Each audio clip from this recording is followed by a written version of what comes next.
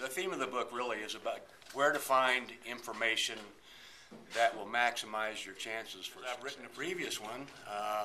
It's called Fishing Colorado. It's a guide to 128 places that were recommended by the biologists, the area biologists at the Division of Wildlife. Well, I've been fishing a long time. I worked for the Division of Wildlife as a fishing writer for a couple of years. I've been fishing since I was a kid. I missed about 20 years in the middle of that, but I've been fishing about 22 years straight now, every summer. Well, the second book is a book about where to fish 4 seasons or 3 seasons. We really only have about five or six spots in the state where you can actually fish all year round.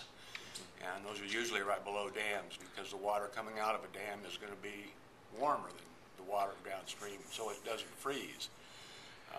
Can't write a book just about 4 or 5 places, so I picked out some other good places that I've enjoyed. Well, primarily people that are new to the area, because the intermediate fishermen know about these places pretty much, but the people coming into the state don't have a real comprehensive look, any way of getting a comprehensive look at, especially the seasonal stuff, the off-season stuff. So to make it easy to read, I've got an introduction paragraph or two, and then I've got it broke down into population, fish census surveys.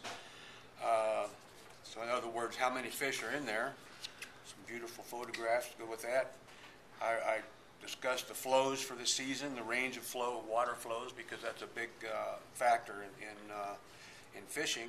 I explain access points because there are different, some places are very difficult to get to, and the Gunnison Gorge happens to be one of the most.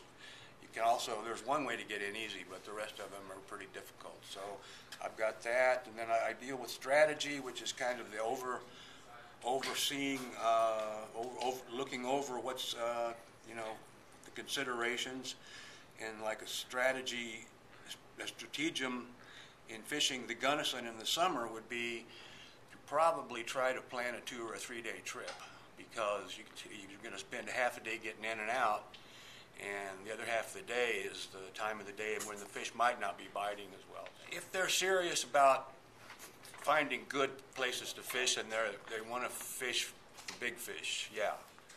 Well, it's where to fish and under those circumstances, the seasons and the locations, and it's also, there's a lot of advice in this book.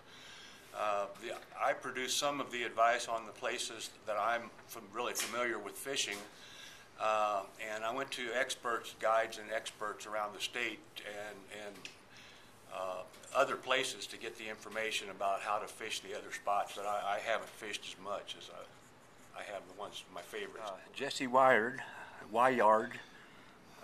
holding a beautiful brown trout caught in the Kashlapooter.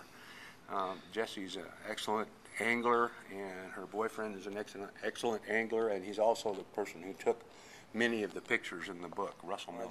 This is probably one of the most beautiful fishing pictures I've seen. It's set in the Gunnison Gorge, and having a boat in the gorge is a good thing because the banks are steep and there's a lot of water to cover and a lot of places to fish, but it's kind of hard to get in and out of. So, fly fishing is a lot like trying to assemble a jigsaw puzzle that the picture in the puzzle is always changing a little bit. And by having the right information, current information and the correct information, the angler can increase his chances for success. Well, sure, I have some secret spots. There's a couple, and fortunately they're so hard to get to that I don't really have to worry about telling people about them, but I don't anyway. Wait a minute, you have secret spots that you have not listed in this book? Yes. What the hell's that? Can people They're buy my this? secret spots. You could actually go out, purchase this book, sit down with it, and figure out, study the places that you want to go, and plan a trip.